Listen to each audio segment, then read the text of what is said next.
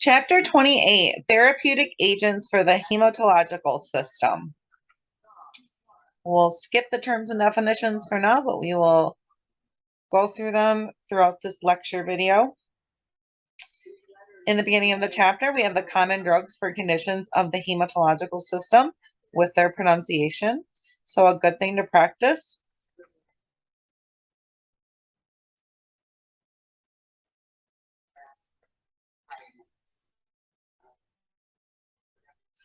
Blood flow is critical to delivering oxygen and nutrients to the body's tissues and organs. Not only does the blood carry oxygen and nutrients throughout the body, it also carries waste from the tissues and organs that it supports to organs such as the kidneys and liver for elimination. The blood also transports immune system cells to sites of infection and injury. Whole blood includes plasma and cellular components. Plasma is the fluid component of whole blood that includes water, plasma proteins, and other solutes such as electrolytes and nutrients. It accounts for approximately 50% of whole blood volume in a normal, healthy adult. Serum used for laboratory tests is plasma that has been allowed to clot in the laboratory to remove clotting factors that can interfere with some blood tests. Various plasma proteins are present in the blood, such as albumin, globulins, fibrinogen, and prothrombin. Albumin is critical for maintaining water and solute balance in the blood. It's a large protein that cannot diffuse across vascular epithelium, as do water and electrolytes. Another important function of this is to serve as a carrier molecule for blood components and drugs. Phentoin is an example of a drug that is highly bound to albumin. Its use with other drugs that bind to albumin can lead to phentoin toxicity. We can use intravenous albumin to increase plasma volume or to increase albumin levels in people with low serum albumin levels. Two primary forces regulate the movement of fluids and solutes into and out of the vasculature: hydrostatic pressure and osmosis. Albumin is the major blood protein that maintains osmotic pressure in the vascular system. In certain cases, people can produce less albumin or lose albumin from the bloodstream. When this happens, osmotic pressure decreases, leading to the fluid accumulation and edema. Platelets, also known as thrombocytes, are blood components essential to coagulation. Because platelets are vital to clotting, low platelet levels, thrombocytopenia, can increase bleeding risk. A lifespan of a platelet is about 10 days. We can divide the cell types into two main groups: leukocytes and erythrocytes. Leukocytes are white blood cells, immune system cells that help to defend the body against infection. Some examples of leukocytes are lymphocytes, neutrophils, and monocytes.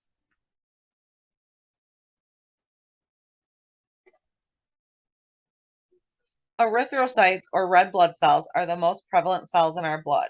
Their function is to carry oxygen to the tissues and organs. Erythropoiesis is red blood cell production. It takes place in the bone marrow, and the hormone erythropoietin largely drives it. Red blood cells can effectively transfer oxygen because they contain hemoglobin. Hemoglobin is an oxygen-carrying red blood cell protein that binds to oxygen as blood passes through the lungs.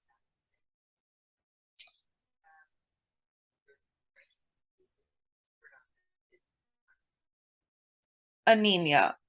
So anemia is a reduction in the total red blood cell number available to carry oxygen, or a deficiency in the quality or quantity of hemoglobin present in red blood cells.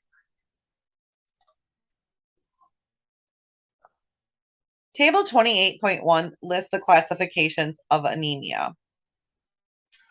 Anemia of chronic inflammation is increased demand for erythrocyte production. Pernicious anemia is vitamin B12 deficiency due to congenital or acquired deficiency or intrinsic factor. And here's all the other different types of anemia and their cause and or contributing factors. Iron deficiency anemia is the most common worldwide. Iron deficiency symptoms include fatigue, weakness, shortness of breath, and pallor. People at risk for iron deficiency are children, women of childbearing age, and people living in poverty. And we have iron preparations for the treatment of iron deficiency anemia. That's table 28.2. We have ferrous sulfate, very common. You can buy this over the counter. It also is sometimes covered by insurance or cheaper to get through the pharmacy. We also have ferrous gluconate, which is over the counter, ferrous fumarate, and iron polysaccharide. We have parenteral iron like iron dextran, ferric gluconate, and iron sucrose. So here's our over-the-counter ferrous sulfate. A lot of patients will get a prescription sent in, and it might be cheaper for them to purchase over-the-counter depending on the pharmacy that you work at. So you might have to show them where that is. Polycythemia is excessive red blood cell production. People can develop either primary or secondary polycythemia. Secondary polycythemia, the most common form, occurs as a result of a physiological response to hypoxia. Primary polycythemia, also known as polycythemia vera, is a chronic condition of RBC overproduction. This overproduction is due to an increased sensitivity of stem cells in the bone marrow to the effects of erythropoietin. For those with polycythemia vera, the prognosis can be poor if the person does not receive appropriate treatment. However, with proper treatment, survival can last from 10 to 15 years.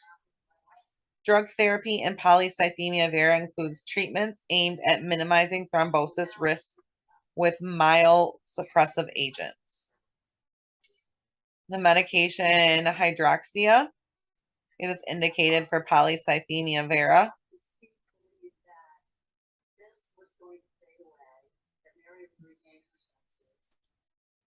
And it is actually approved for off-label use for polycythemia, meaning the FDA hasn't necessarily approved it for this indication. A variety of conditions and secondary factors can contribute to impaired hematopoiesis, resulting in conditions such as thrombocytopenia, leukopenia, and neutropenia. Agents known broadly as colony-stimulating factors can stimulate hematopoiesis and treat such conditions. Thrombocytopenia is a term that describes low platelet count. It has many causes. Some of the most common causes are pregnancy, drug side effects, and idiopathic thrombocytopenia. The principal treatment goal is bleeding prevention. Box 28.1 lists select drugs frequently associated with drug-induced thrombocytopenia. Individuals with particularly low platelet counts may need transfusions to increase platelet levels. Severe thrombocytopenia may necessitate activity restrictions such as limiting contact sports. Neutropenia can occur in conjunction with other conditions, during chemotherapy treatment, and as an isolated condition. To assess a patient for neutropenia, the absolute neutrophil count classifies the neutropenia as mild, moderate, or severe.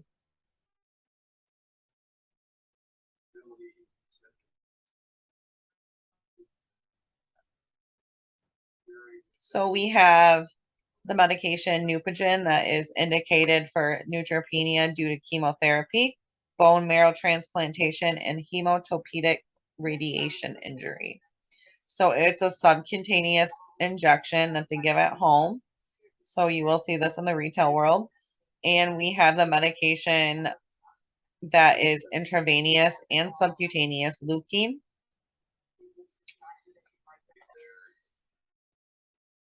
Leukemia is a cancer characterized by cancerous hematopoietic cell production that replaces normal white blood cells in the bone marrow. Environmental factors can include exposure to radiation and chemicals, including radiation and chemotherapeutic agents used to treat others with cancer. Table 28.4 lists select chemotherapeutic agents used in the treatment of hematological cancers. We have alkylating agents, purine nucleoside analogs, pyrimidine analog, monoclonal antibodies, anthracyclines, idomycin. We have the class topoisomerase 2 inhibitors. We have vinca alkaloids. We have tyrosine kinase inhibitors.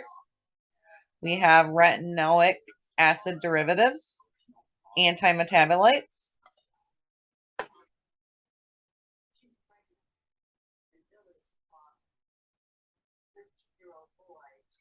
Antimetabolites are for leukemia. One popular antimetabolite is methotrexate. That is something that you will work with in both aspects of pharmacy. Antibiotics for cancer are in different categories than those for infection. These chemotherapeutic antibiotics bind directly to cancer cell DNA and prevent new cancer cell development. We do not use these agents for infections because of toxic side effects, because they also destroy normal cells with cancer cells. They produce side effects that include severe vomiting, nausea, diarrhea, and hair loss. So some examples are bleomycin, doxorubicin. Mitotic inhibitors prevent mitosis at the metaphase stage. Mitosis is the process of cell division that all cells must perform. The agents that prevent this cellular reproduction are a group of plant-derived alkaloids. Hodgkin's disease and various cancers that may not respond to other medications often require treatment with mitotic inhibitors. The two major types of alkylating agents are the nitrogen mustards and nitrosoureas. Although similar in structure, their modes of action and side effects differ. Nitrogen mustards represent some of the first chemotherapeutic cancer agents. World War I saw their use in chemical warfare. Soldiers exposed to these agents had a reduced number of white blood cells. Because of this effect on white blood cells, they were used to treat leukemia, which is marked by a high white blood cell count. Although effective, the first nitrogen mustard had severe side effects. They have been replaced with agents derived from the same chemical structure but better tolerated. Side effects may include low blood counts, nausea, vomiting, mouth sores, hair loss, darkening of veins used for infusion, and fertility loss. Nitrosoureas can cross the blood-brain barrier that surrounds the central nervous system. As such, they can affect brain cancer. Side effects may include nausea, vomiting, intense skin flushing, red eyes, headache, and rash. Anti-androgens are part of prostate cancer treatment, also known as immunotherapy. Biological therapy is a type of cancer treatment that uses natural or laboratory substances. Lymphoma, as the name suggests, are cancers of the lymphatic system. They initially develop in the lymph nodes or spleen. The inflammation-associated lymphoma development often leads to enlarged lymph nodes, which can be an early cancer symptom.